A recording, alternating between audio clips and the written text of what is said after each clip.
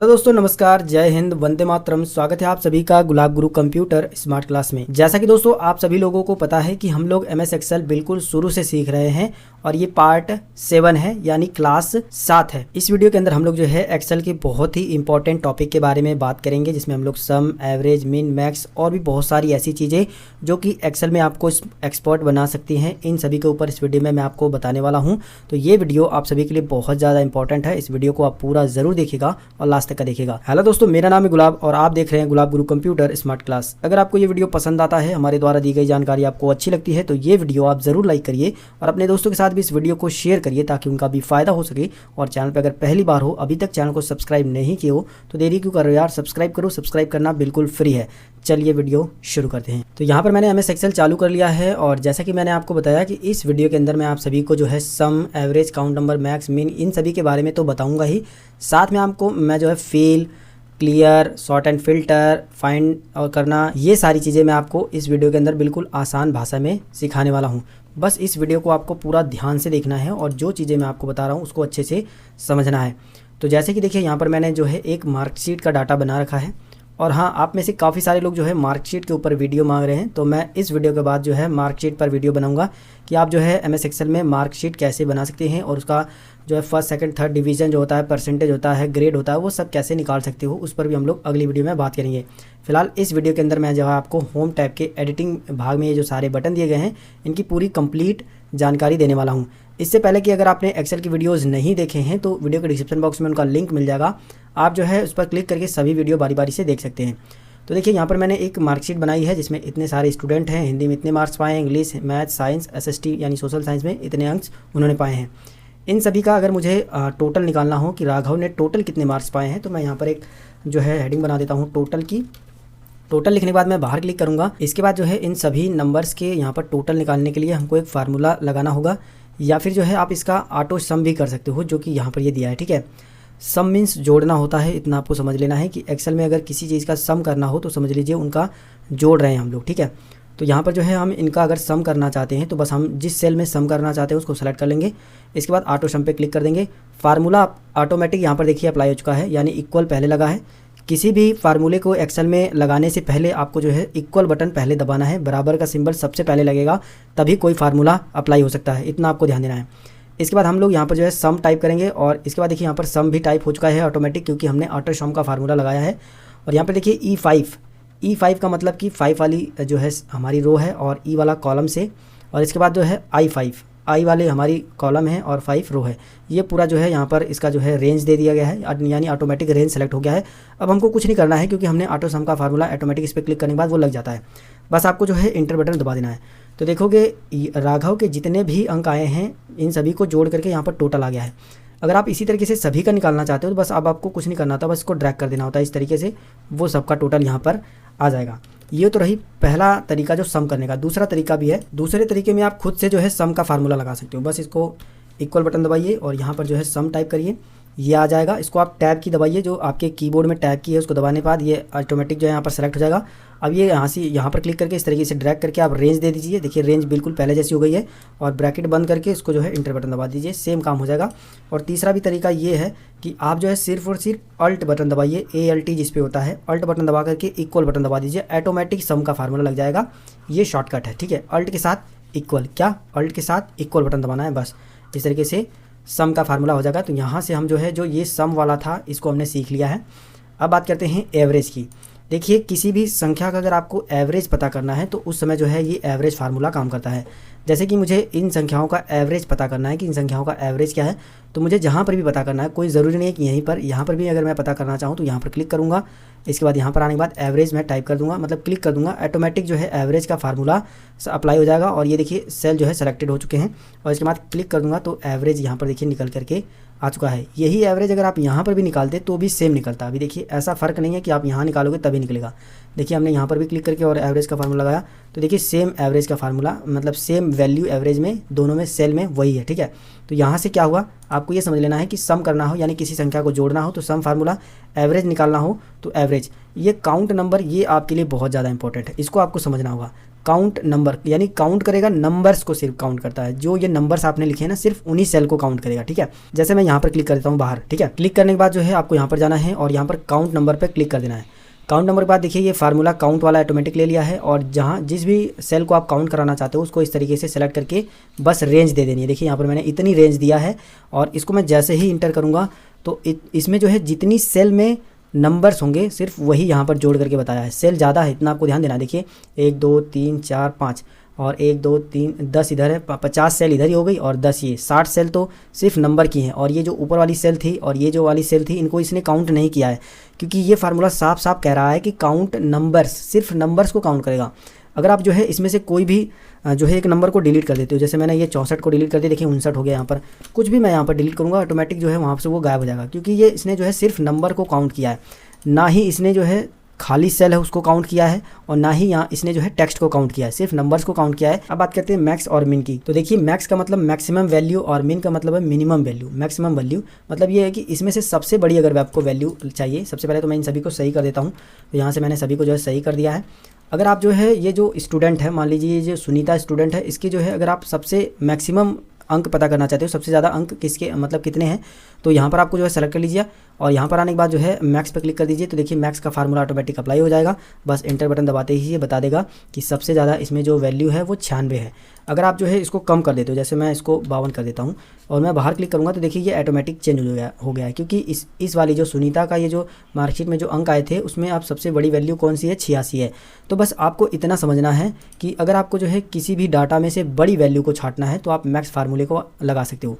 ये चीज़ आप जितनी रेंज दोगे ना उसी में अप्लाई होगा। जैसे मैं यहाँ पर क्लिक कर देता हूँ, और यहाँ पर क्लिक करने के बाद मैं यहाँ से फिर से आता हूँ मैक्स पे, और मैं अब जो है ये पूरी की पूरी वैल्यू दे देता हूँ यहाँ तक, ठीक है। और मैं इंटर बटन दबाता हूँ, तो इसमें जो सबसे बड़ी वैल्यू है वो उसने मुझे बताया है 97 नंबर की सबसे बड़ी वैल्यू है। यहाँ पर आप देख सकते हो 97 ये है, ठीक है। ये 97 नंबर की सबसे बड़ी वैल्यू है, इससे बड़ी कोई भी वैल्यू यहाँ पर नहीं है। आप इसको वीडियो को पॉज करके भी देख सकते हो। तो अगर आपको अपने डाटा में से सबसे बड़ी अंक की वैल्यू चाहिए तो आप जो है इस तरीके से मैक्स फार्मूले का इस्तेमाल कर सकते हो। ठीक इसी तरीके से अगर आप जो है सबसे छोटी वैल्यू पता करना चाहते हो तो आप मिन फार्मूले को लगाओगे। मिन फार्मूले को लगाने के लिए बस आपको जो है इस तरीके से जाना है, मिन पर क्लिक करना है, ये ऑटोमेटिक सेलेक्टेड हो जाएगा। अगर आप रेंज बदलना चाहो तो बदल भी सकते हो कि इसमें से मुझे जो है सबसे छोटी वैल्यू चाहिए, या हिंदी में से सबसे कम अंक किसने पाए हैं इन स्टूडेंट में से, तो आप वो रेंज दे दीजिए। रेंज काफ़ी ज़्यादा इंपॉर्टेंट होता है, जितनी आप जो रेंज दोगे एक्सेल को उसी में से वो डाटा आपको देगा, ठीक है। इतना आपको समझना है। अब जो है आप इंटर बटन दबाओगे तो देखिए इसमें से जो सबसे कम वैल्यू है वो 52 है, यहाँ पर ये वाली, और इसने हमको बता दिया है। तो इस तरीके से जो है आप सम, एवरेज, काउंट, मैन, मिक्स का ये सारे फार्मूले को इस्तेमाल कर सकते हो। तो यहाँ पर मैंने नई वर्कशीट ले ली है। बात करते हैं फील ऑप्शन की। तो डाउन, राइट, अप, इसका काम क्या है मैं आपको थोड़ा करके दिखाता हूँ, ठीक है। जैसे मैंने यहाँ पर लिखा सिर्फ गुलाब, मैंने लिखा सिर्फ गुलाब मैंने लिख दिया है, और मैं ये चाहता हूँ ये जो गुलाब लिखा हुआ है ये नीचे तक सेल में आ जाए इतना, ठीक है। जितना तक लिखा हुआ आ जाए उतना आपको सेलेक्ट कर लेना है। सेम वैल्यू इतना आपको देना है, सेम वैल्यू रहनी चाहिए। और इसके बाद फील ऑप्शन में जाओगे तो डाउन पे क्लिक कर दोगे, नीचे की साइड में सेम आ जाएगा। ये चीज़ सिर्फ टेक्स्ट पे ही अप्लाई नहीं होती है, कोई डिजिट आपने डाल दिया, जैसे मैं 10 मैं यहाँ पर डाल देता हूँ। 10 डालने के बाद मैं नीचे की साइड में सेलेक्ट करता हूँ, इसके बाद जो है फील पे आके डाउन कर दूंगा तो 10 की वैल्यू आ जाएगी। तो इस ऑप्शन का आप इस तरीके से इस्तेमाल कर सकते हो। ठीक इसी में दिया है देखिए राइट साइड में। अगर आप ये चाहते हो कि ये जो, इसको मैं डिलीट कर देता हूँ सबसे पहले, या इसी को भर के दिखा देता हूँ, ठीक है। मैं चाहता हूँ ये जो 10 लिखा है वो राइट साइड में फिल हो जाए ऑटोमेटिक, तो राइट साइड पे क्लिक कर दूंगा। राइट साइड में देखिए 10 ऑटोमेटिक फिल हो गया है। इसी तरीके से लेफ्ट वाला अगर आप चाहते हो कि लेफ्ट साइड में फिल हो तो मैं लेफ्ट में आकर के लेफ्ट पे क्लिक कर दूंगा, लेफ्ट साइड में आ जाएगा। इसी तरीके से अगर आप ये चाहते हो कि ऊपर की साइड में ये वैल्यू जो है सेम वैल्यू फिल हो जाए तो आप फिल पर आकर के अप कर दोगे तो ऊपर की साइड में फिल हो जाएगा। तो यहाँ से ये जो फिल ऑप्शन है ना, इन चारों बटन का यही काम है दोस्तों। फिल वाले में हमने जो है डाउन, राइट, अप, लेफ्ट, इन चारों बटन के बारे में बारी बारी से सीख लिया है। इसमें 3 और बटन दिए गए हैं। ये तीनों बटन के बारे में लगभग काफ़ी सारे लोगों को नहीं पता होता है, आपको इसके बारे में ज़रूर पता होना चाहिए। चलिए मैं आपको बताता हूँ इनको जो है इस्तेमाल कैसे करते हैं। पहला ऑप्शन है एक्रॉस वर्कशीट का।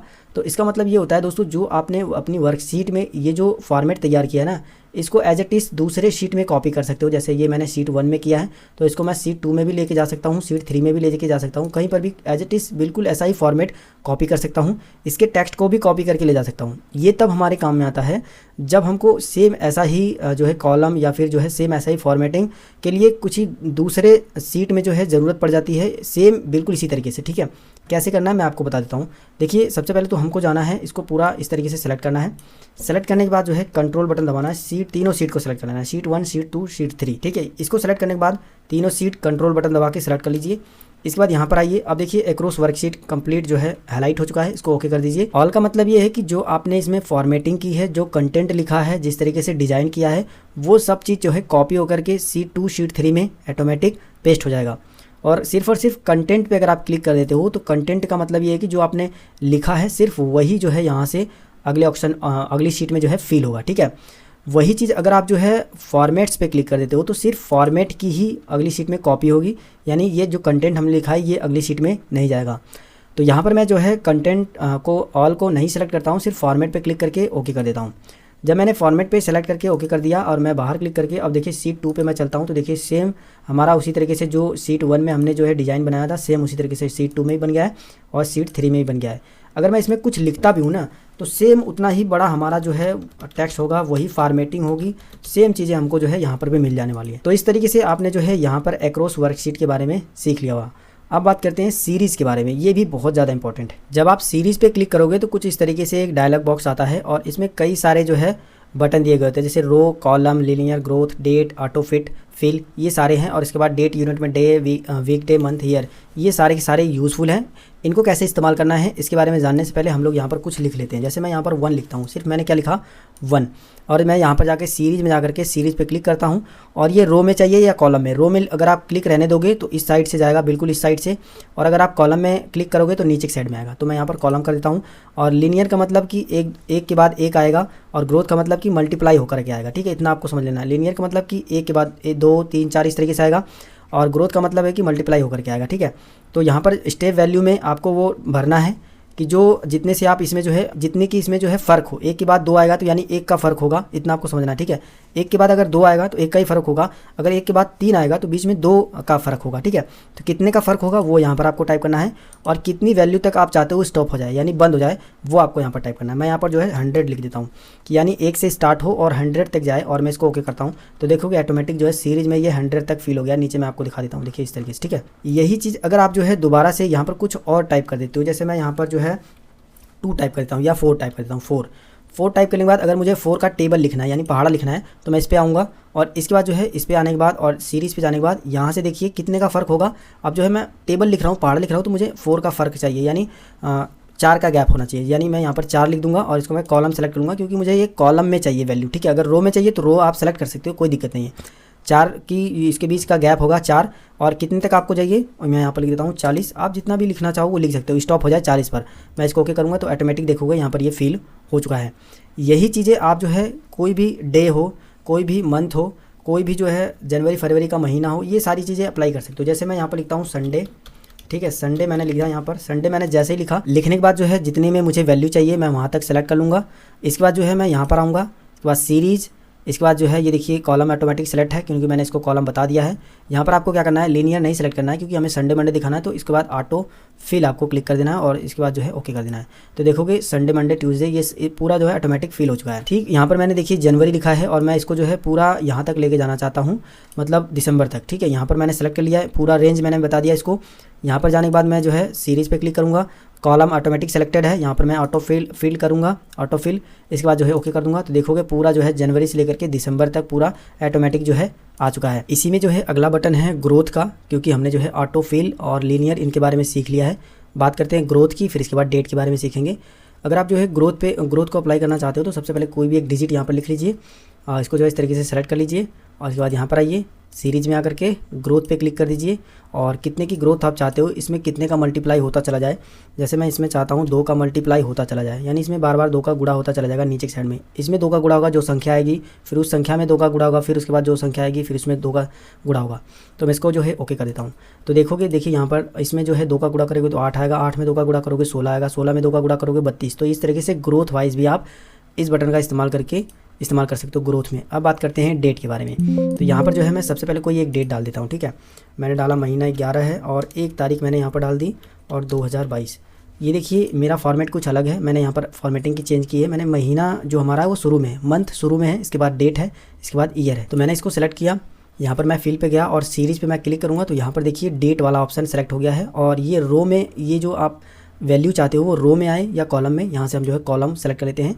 ये जो डेट आपने लिखी है वो कितनी डेट तक आप स्टॉप करना चाहते हो। अगर आप इसे स्टॉप करना चाहते हो तो यहाँ पर वैल्यू दीजिए, अगर आप स्टॉप नहीं करना चाहते हो ना तो पहले ही इस तरीके से सेलेक्ट कर लीजिए। इसके बाद यहाँ पर आइए सीरीज़ पे आगे करके, और ये सारी चीज़ें बिल्कुल सेम सेलेक्टेड रहेंगी। और यहाँ पर जब बस ओके कर दोगे तो ये उसमें जो है डेट ऑटोमेटिक फिल होकर के आ जाएगी, ठीक है। देखिए यहाँ पर डेट फिल होकर के आ गई है जितना हमने सेलेक्ट किया था। लेकिन अगर आप बिना सेलेक्ट किए करना चाहते हो तो इसको बस जो डेट आपने लिखी है उसको सेलेक्ट कर लीजिए। यहाँ पर आइए फिल पे, सीरीज़ पे आने के बाद इसमें ये जो पहला ऑप्शन है डे का मतलब है कि हर डे आएगा, मतलब एक के बाद दूसरी तारीख आएगी, तीसरी, चौथी, पाँचवीं, छठवीं, इस तरीके से पूरे डे की तारीख यहाँ पर आएगी। उसमें अगला ऑप्शन है वीक डे का मतलब ये है कि सैटरडे और संडे को छोड़ करके बाकी सारे तारीख यहाँ पर आएगी। और मंथ का मतलब ये है कि जैसे ये पहला महीना है, उसके बाद दूसरा आएगा, तीसरा, चौथा, पाँचवां, इस तरीके से मंथ वाइज डेट आएगी, ठीक है। अगर आप ईयर पे क्लिक कर दोगे तो ईयर वाइज आएगा, ठीक है। जैसे 2022, 23, 24, 25, 26, 27, इस तरीके से ईयर वाइज आएगा। तो यहाँ पर हम जो है डेट पे ही सिलेक्ट रहने देते हैं। इसको हम कॉलम में इसलिए किए क्योंकि हमको कॉलम में वैल्यू चाहिए और ये डेट तो सेलेक्ट है ही है। इसके बाद जो है जितनी डेट तक आपको स्टॉप करना है, जैसे मैं 1 तारीख से 30 तारीख तक यहाँ पर दिखाना चाहता हूँ तो मैं यहाँ पर लिखूँगा 11वां महीना 30 तारीख 2022। मैंने ये लिख दिया। तारीख मेरी बीच में है इसलिए मैंने बीच में लिखा है। अगर आपका फॉर्मेट अलग है तो आप उस तरीके से टाइप कीजिएगा। देखिए ये मेरा शुरुआत में जो है वो मंथ है और ये डेट है और ये ईयर है। इसके बाद मैंने यहाँ पर 30 तारीख तक इसको स्टॉप करने के लिए बोल दिया, इसको एक्सेल को, ये समझ गया है, मैं ओके कर दूंगा तो 30 तारीख तक स्टॉप हो जाएगा। अभी आप देखो कुछ चीज़ें यहाँ पर जो है हैच करके आ रही हैं। अगर इस तरीके से हैच करके किसी भी डाटा में आ रहा है, इसी में नहीं किसी में भी आ रहा है, तो इतना समझ लीजिए बस ये कॉलम जो है ना वो आपका छोटा है, थोड़ा सा इसका साइज़ इस तरीके से बड़ा करना होगा और ये सारी वैल्यू अपने आप आ जाएगी, सही हो जाएगी, ठीक है। मतलब उसमें कुछ गलती नहीं हुई है, बस कॉलम साइज़ छोटा होने की वजह से ये जो आपकी वैल्यू है इस कॉलम में नहीं आ रही थी, इसकी वजह से हैच आ रहा था। अभी देखिए 1 तारीख से स्टार्ट हुआ है, नीचे की साइड में देखिए 30 तारीख तक पूरा हमको डाटा यहाँ पर डेट वाला आ चुका है। तो इस तरीके से जो है ये फील वाले जो सीरीज़ में जो ऑप्शन दिए गए थे इनके बारे में हमने पूरा कंप्लीट सीख लिया है। अब बात करते हैं इसमें अगला ऑप्शन है जस्टिफाई का। तो जस्टिफाई को इस्तेमाल करने के लिए मैं यहाँ पर एक छोटा सा टेक्स्ट लिखता हूँ। मैं यहाँ पर लिख देता हूँ गुलाब गुरु, ठीक है। मैंने इतना लिखा गुलाब गुरु कंप्यूटर। देखिए ये एक सेल में नहीं आ रहा है, ठीक है। तो इस तरीके से अगर आपका भी डाटा कोई दूसरी सेल में जा रहा है और आप नीचे वाली सेल में उसको लाना चाहते हो तब जो है हम लोग यहाँ पर जस्टिफाई का इस्तेमाल करेंगे। बस जस्टिफाई पे क्लिक कर दीजिए और ओके कर दीजिए, तो आपका डाटा देखोगे इसमें इस तरीके से अलग अलग सेल में इस तरीके से आ जाएगा। गुलाब गुरु कंप्यूटर इस तरीके से अलग अलग सेल में आ जाएगा। अब बात करते हैं क्लियर ऑप्शन की। तो क्लियर में सबसे पहला बटन है क्लियर ऑल। क्लियर ऑल का मतलब ये है कि अगर देखिए मैं यहाँ से इतना सेलेक्ट करके और कीबोर्ड से मैं डिलीट बटन दबाता हूँ तो वहाँ से आप देखोगे सिर्फ और सिर्फ टेक्स्ट गायब हुए हैं, जबकि ये फॉर्मेटिंग जो हमने की थी वो डिलीट नहीं हुई है।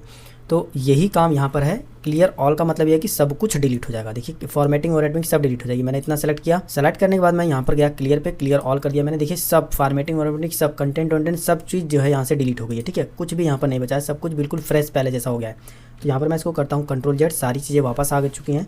फिर से हम लोग जो है Ctrl+Z करते हैं, जो भी हमारा यहाँ पर डिलीट हुआ था डाटा पूरा आ गया है। तो यहाँ से क्लियर ऑल का मतलब आपको समझ में आ गया कि जो भी आपने फॉर्मेटिंग की है, जो भी टेक्स्ट लिखा, जो भी स्टाइल लिया, जो भी बोर्ड इटैलिक वगैरह बॉर्डर वॉर्डर लगाया, सब कुछ यहाँ से क्लियर ऑल हो जाएगा। यहाँ पर उसी के नीचे में एक बटन है क्लियर फॉर्मेट्स का, सिर्फ और सिर्फ फॉर्मेटिंग ही जो है क्लियर होगी। जैसे कि मैं इसको जो है सेलेक्ट कर लेता हूँ, यहाँ पर मैंने बोर्ड वगैरह भी कर लिया, थोड़ा सा इटैलिक कर लेता हूँ, ठीक है। सेलेक्ट करने के बाद अब देखिए इसका जो है सब कुछ फॉर्मेट वगैरह हम लोग जो है डिलीट कर देंगे। तो यहाँ पर हम लोग चलेंगे और यहाँ पर क्लियर फॉर्मेट पे क्लिक करेंगे तो देखिए सब फॉर्मेटिंग जो हमने कलर भरा था, जो बोल्ड इटैलिक वगैरह किया था, वो सब चीज़ें डिलीट हो गई है। तो इसको Ctrl+Z से वापस कर देते हैं पहले जैसा।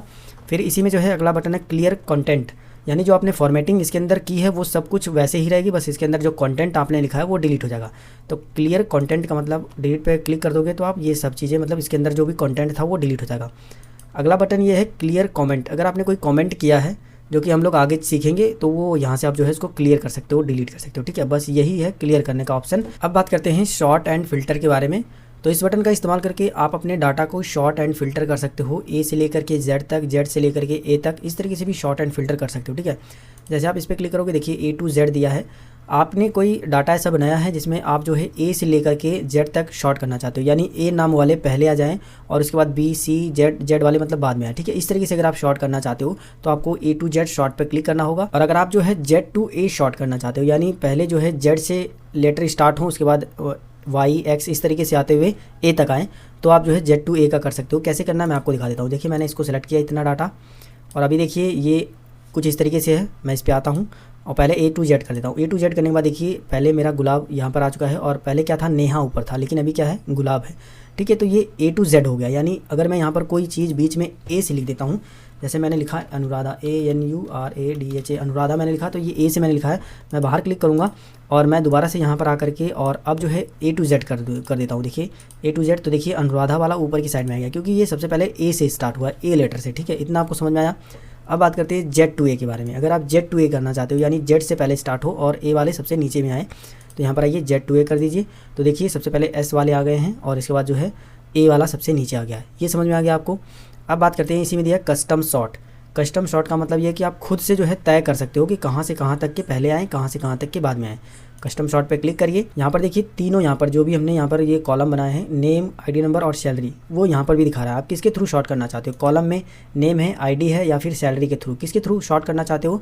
मैं यहाँ पर जो है नेम के थ्रू ही शॉर्ट कर लेता हूँ, या फिर हम लोग जो है सैलरी के थ्रू शॉर्ट करके देख लेते हैं। ठीक है, और इसके बाद देखिए यहाँ पर दिया है वैल्यू, सेल कलर में या फॉन्ट में, हम जो है वैल्यू ही सेलेक्ट कर देते हैं। अब यह बोल रहा है कि लार्जेस्ट टू स्मॉलेस्ट, मतलब कि बड़े के बाद छोटा है, या फिर जो है यहाँ पर और भी दिया है स्मॉलेस्ट एंड लार्जेस्ट, मतलब पहले छोटा है फिर बड़ा है, या फिर पहले बड़ा आया फिर छोटा है। यहाँ से आप ले लीजिए, पहले मैं लार्जेस्ट टू स्मॉलेस्ट करता हूँ, यानी पहले बड़े वाले आएँ, जिनकी ज़्यादा सैलरी है वो ऊपर रहें और जिनकी कम सैलरी है वो नीचे की साइड में रहें। ये कुछ करने के बाद मैं ओके कर दूंगा। तो देखो कि जिसकी सबसे ज़्यादा सैलरी है वो ऊपर बंदा चला गया है और जिसकी कम सैलरी है वो नीचे की साइड में आ गया है। ठीक यही जो है आप कम सैलरी वाले को ऊपर कर सकते हो, ज़्यादा सैलरी वाले को नीचे। ये सेम आपको जो है यहाँ से समझ लेना है। इसमें जो सबसे कमाल का फीचर है वो ये है फ़िल्टर। फ़िल्टर का इस्तेमाल करके आप जो है अपने ऑफिस में जो भी डुप्लीकेट लोग हैं, यानी कि एक ही नाम से कई सारे व्यक्ति हैं, उनका भी पता लगा सकते हो। अगर आपके ऑफिस में ऐसे सारे लोग काम करते हैं जिनकी बहुत सारे लोगों की सैलरी 10,000 है और आपके बॉस ने बोल दिया कि मुझे सिर्फ उन्हीं लोगों का डाटा दीजिए जिनकी सैलरी 10,000 है, वो भी फाइंड आउट कर सकते हो।